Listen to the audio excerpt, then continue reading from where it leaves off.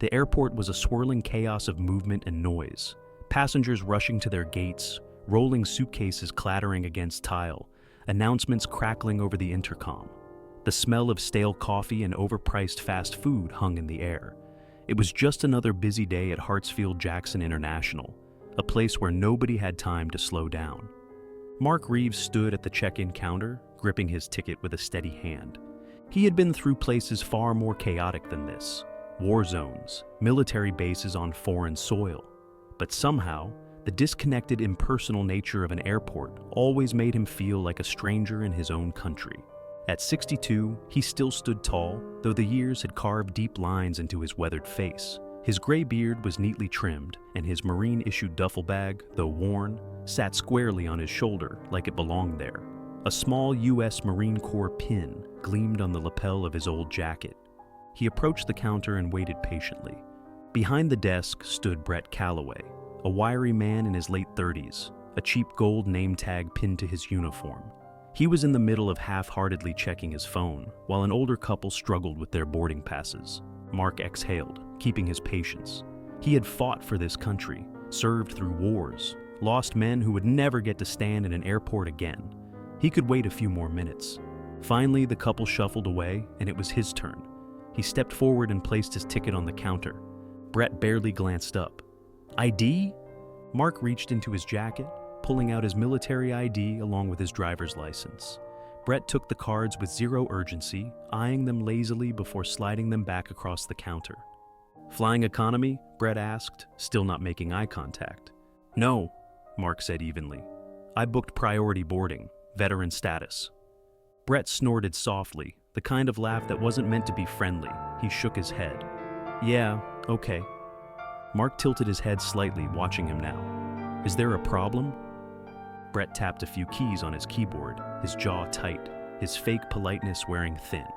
Sir, priority boarding is for active-duty military, business class passengers, and premium members. Not... He hesitated, then forced a mock-friendly smile. Not for everyone. Mark felt his pulse slow, not from fear, not from anger, but from calculated restraint. He had been disrespected before, spit on when he came home from his first tour, ignored by VA offices when he needed help. But somehow, the dismissiveness of people like Brett always found a way to hit differently. I was told when I bought my ticket that veterans were eligible for priority boarding, Mark said, his voice calm but firm. Brett finally looked him in the eye and smirked. Maybe that was years ago. Rules change. Policies update. Mark's jaw tensed. He knew a brush-off when he heard one. I'd like to speak to a manager, he said. Brett rolled his eyes and let out an exaggerated sigh. Sir, I don't think a manager is going to change anything. You can wait for your assigned boarding group just like everybody else. A couple of other passengers had started watching. A young woman with 2 kids at her side frowned, shifting uncomfortably. An older man in a business suit stood nearby, his lips pressing into a thin line. But nobody spoke. Nobody ever spoke. Mark's hands clenched into fists at his sides, not out of anger, out of discipline. He could have told this kid that he had spent decades in the military, leading men, risking his life for freedoms that included idiots like Brett being able to hold a job. He could have told him that he earned his status, that this wasn't some handout. It was a small courtesy for those who had given everything. But he didn't say any of that. Instead, he reached forward and calmly picked up his ID and ticket, sliding them back into his pocket. He took a slow breath, nodding to himself. All right, he murmured, then he turned away. And that was when the voice came from behind him. What the hell did I just watch? The entire energy in the terminal shifted. Passengers turned, conversation stilled, and Mark, still standing there, could already tell whoever just spoke wasn't a regular traveler. He turned back slowly, his eyes locking onto the man now standing from a first-class lounge seat. A man in a sharp dark blue suit, silver hair, strong posture, a presence that filled the room before he even took a step. Mark's heart stopped for half a second.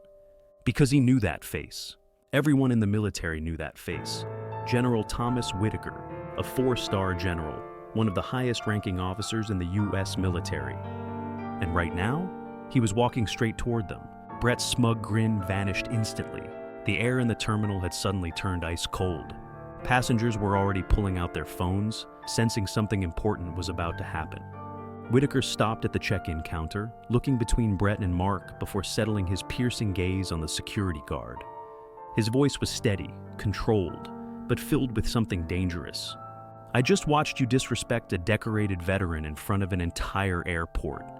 Whitaker's eyes darkened. "You want to tell me why?" The color drained from Brett's face. The moment had shifted.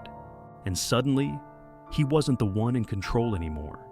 Brett Calloway's confidence collapsed in an instant. His mouth opened, but no words came out.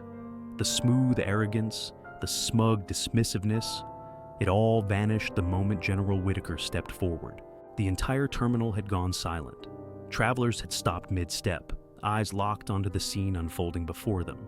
Some passengers had their phones raised, recording, sensing that whatever was about to happen would be worth watching again later. Whitaker wasn't a man who needed to raise his voice to be intimidating. His presence alone was enough to demand attention.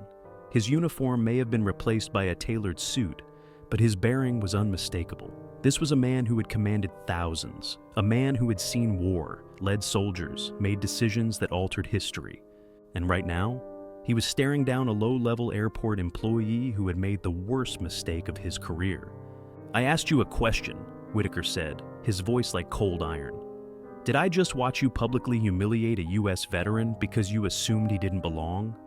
Brett licked his lips, his face turning red. I wasn't..." Whitaker took another slow, deliberate step forward. "You weren't what?" His voice was calm, but it carried the weight of unquestionable authority. "Weren't thinking? Weren't aware that this man has sacrificed more for this country than you ever will?" I was just following policy," Brett stammered. Whitaker's eyes narrowed. "Policy?" He turned his head slightly, looking toward the young woman behind the counter, the one who had been avoiding eye contact the entire time. "Miss," Whitaker said, his tone soft but firm, "can you confirm for me if the airline's policy includes denying priority boarding to veterans?" The young woman hesitated for only a second before swallowing hard and shaking her head. "No, sir," she said. "It doesn't." The confirmation landed like a gunshot in a silent room. Whitaker slowly turned back to Brett, letting the moment stretch. Brett's face had gone from red to a sickly shade of pale. "Then tell me," Whitaker said, his voice almost casual now, like a man setting a trap he already knew would snap shut. "Why did you deny priority boarding to a veteran if it wasn't policy?" Brett was trapped. There was no excuse, no smooth words to talk his way out of this. And Whitaker wasn't done. "You mocked a man who spent his life fighting for the freedoms you take for granted," Whitaker continued, his voice hardening now. "You assume that because he wasn't dressed in a suit, because he wasn't flashing a corporate membership card, that he didn't belong up front. Tell me something. What have you done for this country?" Brett swallowed. Passengers were now openly staring at him with disgust. Some whispered, some just shook their heads. The young mother who had been watching earlier was still recording, and Mark could already see it. The footage would be online before they even boarded the plane. Whitaker sighed, as if exhausted by the entire exchange. Then he looked toward the check-in desk again. "Who's the manager here?" A nervous man in a pressed airline uniform appeared from behind the counter, his eyes darting from Whitaker to Brett. "That would be me," the manager said quickly. Whitaker gave him one sharp nod. "Good. I want to be clear about something." He gestured toward Mark. "This man is going to board first class. If I don't see him sitting comfortably before anyone else gets on that plane, you're going to have much bigger problems than a rude employee." The manager nodded so fast it looked painful. "Yes, sir. Of course, sir." He turned toward Brett, who was now visibly sweating. "Brett, go to the back. I'll deal with you later." Brett stumbled backward, knowing there was nothing left to do but disappear. He gave one last look at Whitaker, a look of pure fear, before he turned and hurried away, his future at the airline most likely finished. As soon as he was gone, the tension in the air broke. Passengers murmured among themselves. Some even clapped. The young mother lowered her phone, shaking her head with a small, satisfied smile. "That was the best thing I've seen all day," she muttered. Whitaker turned back toward Mark and smirked. "Come on, Captain Reeves, let's get you to your seat." Mark, who had been silent this entire time, finally let out a breath. He had fought battles. He had seen war. But tonight, he had been reminded that not all battles were fought on a battlefield. He followed Whitaker toward the first-class boarding gate, where the flight attendants, now overly eager to make up for their co-workers' behavior, rushed to accommodate him. By the time Mark settled into his wide, luxurious first-class seat, Whitaker had taken the seat beside him. The general leaned back, stretching out his legs, completely at ease. A stewardess came by, smiling nervously. "Drinks before a takeoff, gentlemen?" Whitaker turned toward Mark, raising an eyebrow. "What do you say, Captain? We toast to a little justice?" Mark smirked. "Sounds good to me." As the flight attendants hurried to bring their drinks, Mark glanced toward the terminal one last time. Outside the gate, passengers were still watching their phones, shaking their heads, murmuring about what had just happened. It was spreading. People were seeing. And for once, it felt like the world wasn't just looking away. Mark took his drink, clinked glasses with Whitaker, and leaned back in his seat. Tonight, he finally felt seen. The end.